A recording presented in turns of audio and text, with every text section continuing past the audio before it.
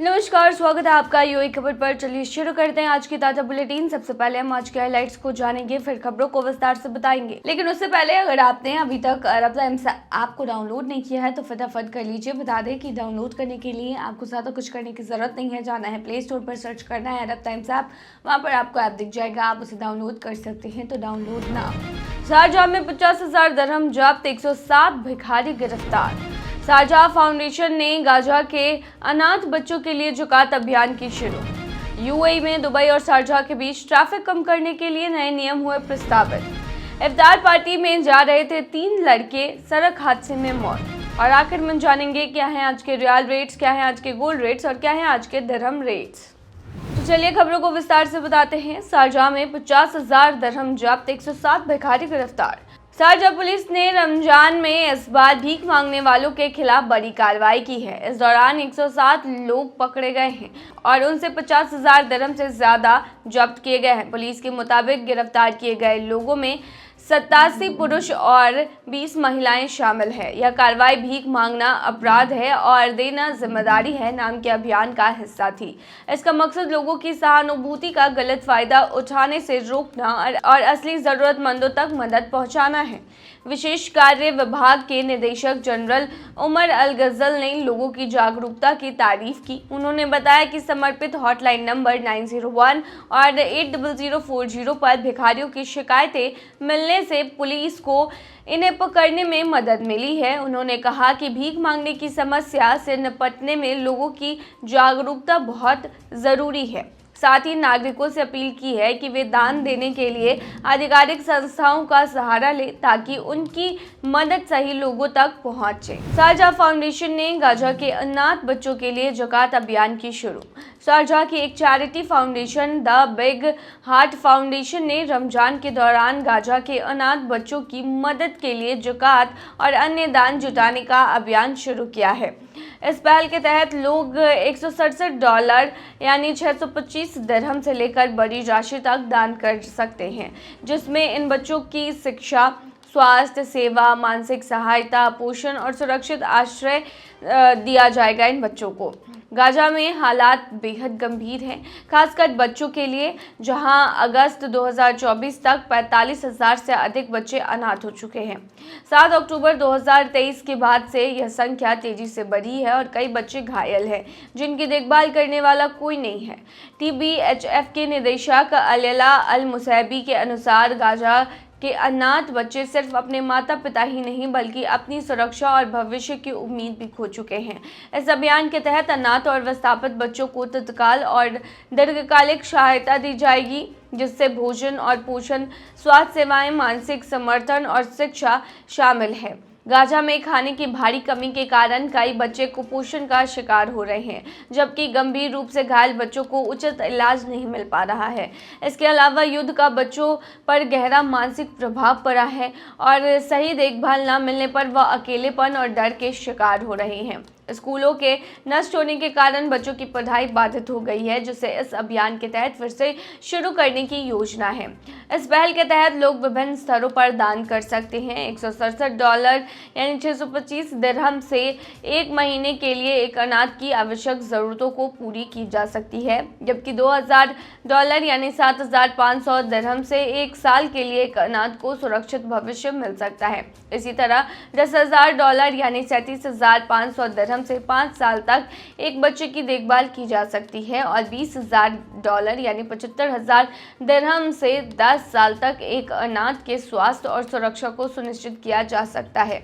ये अभियान ताबून फाउंडेशन के साथ मिलकर चलाया जा रहा है और अब तक 7.1 मिलियन की धनराशि जुटाई जा चुकी है, जबकि इसका लक्ष्य $337 मिलियन जुटाने का है। यूएई में दुबई और शारजाह के बीच ट्रैफिक कम करने के लिए नए नियम हुए प्रस्तावित। यूएई के ऊर्जा और अवसंरचना मंत्री सुहेल अल मजरूई ने कहा है कि दुबई में वाहनों की संख्या तेजी से बढ़ रही है, जहां ग्रोथ रेट 8% से ज़्यादा है, जबकि वैश्विक स्तर पर सिर्फ 2% है। इस बढ़ती भीड़ को कम करने के लिए सरकार नए नियम और कानून लाने पर विचार कर रही है। इस समस्या के समाधान के लिए सरकार ने इसे यूएई सरकार की वार्षिक बैठक में शामिल करने का अनुरोध किया है और एक विशेष टीम बनाई गई है जिसमें स्थानीय सरकारों और आंतरिक मंत्रालय के अधिकारी शामिल हैं। सरकार ने पहले ही कई संभावित समाधान कैबिनेट के सामने रखे हैं और स्थानीय संस्थाओं के साथ मिलकर एक विस्तृत योजना तैयार कर रही है जिसमें दुबई को अनाथ अमीरातों से जोड़ने वाली सड़कों का सुधार, नई सड़कें बनाना, पब्लिक ट्रांसपोर्ट को बेहतर बनाना और नई ट्रांसपोर्ट सेवाएं शुरू करना शामिल है। फेडरल नेशनल काउंसिल के सदस्य अदनान अल हमादी ने दुबई शारजाह के बीच बढ़ते ट्रैफिक पर सवाल उठाते हुए कहा कि 1 साल पहले सरकार ने इस समस्या के समाधान का वादा किया था, लेकिन हालात और बिगड़ गए हैं। उन्होंने पूछा कि इन प्रोजेक्ट्स को पूरा होने में और कितना समय लगेगा। जवाब में मंत्री अल मजरूई ने बताया कि 2024 में सड़क सुधार का काम शुरू हुआ है और अभी जारी है। इस पर अल हमादी ने कहा कि यही जवाब 1.5 साल पहले भी मिला था, लेकिन अब तक कोई ठोस समाधान यात्रा नहीं दिया है। उन्होंने बताया कि वर्तमान में दुबई में हर दिन 1.2 मिलियन यानी 12 लाख गाड़ियां प्रवेश कर रही हैं, जबकि 1.5 साल पहले यह संख्या 8.5 लाख थी। इसके अलावा हर दिन 4,000 नए ड्राइविंग लाइसेंस जारी हो रहे हैं, जिससे ट्रैफिक की समस्या और गंभीर होती जा रही है। उन्होंने कहा कि एक आम कर्मचारी साल भर में करीब 460 घंटे ट्रैफिक में बर्बाद कर देता है, जो 60 वर्किंग दिनों के बराबर है। कई लोग इस समस्या से बचने के लिए रात 8 बजे के बाद घर लौटते हैं, फिर ऑफिस के पास महंगे किराए पर फ्लैट लेने के लिए मजबूर हैं। इफ्तार पार्टी में जा रहे 3 लड़के की सड़क हादसे में मौत। सोमवार 17 मार्च की शाम शारजाह के वादी अल हेलो में एक दर्दनाक सड़क हादसा हुआ, जिसमें एक ही परिवार के 3 अमीराती किशोरों की जान चली गई। हादसा तेज रफ्तार की वजह से हुआ। गाड़ी कई बार पलटी और घाटी में गिर गई, जहां उसमें आग लग गई। मरने वाले 3 लड़के MKM, MAM और SAM 15 से 18 साल की उम्र के थे। वे अपने दोस्त के घर इफ्तार पार्टी में जा रहे थे जब ये हादसा हुआ। शारजाह पुलिस ने मंगलवार को खलीज टाइम को इसके बारे में जानकारी दी।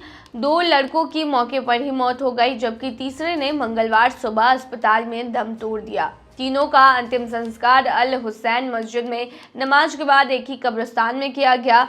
2 को सोमवार रात और तीसरे को मंगलवार को दफनाया गया। पुलिस ने लोगों, खासकर युवा चालकों से सावधानी बरतने की अपील की है। रमजान के दौरान इफ्तार से पहले जल्दबाजी में गाड़ी चलाना खतरनाक हो सकता है। चलिए अब आखिर में बताते हैं क्या है आज के रियल रेट्स, क्या है आज के गोल्ड रेट्स और क्या है आज के दिरहम रेट्स। तो सबसे पहले शुरू करेंगे रियाल रेट से। तो आज एक सऊदी रियाल में 23.06 रुपया है, जो कि पिछले दिन 23.08 रुपया था। वहीं आज एक सऊदी रियाल में 36.83 नेपाली रुपीस है, जो कि पिछले दिन 37.01 नेपाली रुपीस थे। वहीं आज एक सऊदी रियाल में 32.33 बांग्लादेशी टका है, जो कि पिछले दिन 32.37 बांग्लादेशी टका था। वहीं आज एक सऊदी रियाल में 74.42 पाकिस्तानी करेंसी है, जो कि पिछले दिन 74.70 पाकिस्तानी करेंसी थी। वहीं आज एक सऊदी रियाल में 23.02 भूटानी करेंसी है, जो कि पिछले दिन 23.13 भूटानी करेंसी थी। क्या है आज के गोल्ड रेट्स, तो बता दें दुबई में आज 18 कैरेट सोने का दाम 277.20 दिरहम प्रति ग्राम है, जो कि पिछले दिन 274.90 दिरहम प्रति ग्राम है। यानी कि आज के गोल्ड के रेट की 18 कैरेट की भारतीय मुद्रा में कीमत 6,531 है। वहीं 22 कैरेट गोल्ड का दाम 338.75 दिरहम प्रति ग्राम है, जो कि भारतीय मुद्रा में 7,981 के होते हैं, जो कि पिछले दिन 336 दिरहम प्रति ग्राम थे। वहीं दुबई में 24 कैरेट सोने के दाम की बात करें तो ये 366 दिरहम प्रति ग्राम है, जो कि पिछले दिन 362.75 दिरहम प्रति ग्राम था। वहीं आज के 24 कैरेट सोने के दाम के भारतीय मुद्रा की बात करें तो आज ये 8,623 की है। क्या है आज के दिरहम रेट, तो बता दें आज एक यूएई दिरहम में 23.56 रुपया है, जो कि पिछले दिन 23.58 रुपया था। वहीं आज एक यूएई दिरहम में 37.61 नेपाली रुपीस हैं, जो कि पिछले दिन 37.80 नेपाली रुपीस थे। वहीं आज एक यूएई दिरहम में 33.01 बांग्लादेशी टका है, जो कि पिछले दिन 33.06 बांग्लादेशी टका था। वहीं आज एक यूएई दिरहम में 76.30 पाकिस्तानी करेंसी है, जो कि पिछले दिन 23.51 पाकिस्तानी करेंसी थी। वहीं आज एक यूएई दिरहम में 76.29 भूटानी करेंसी है, जो कि पिछले दिन 23.70 भूटानी करेंसी थी। तो ये थी आज की ताज़ा बुलेटिन। ऐसे ही ताज़ा अपडेट्स के लिए बने रहिए हमारे चैनल पर।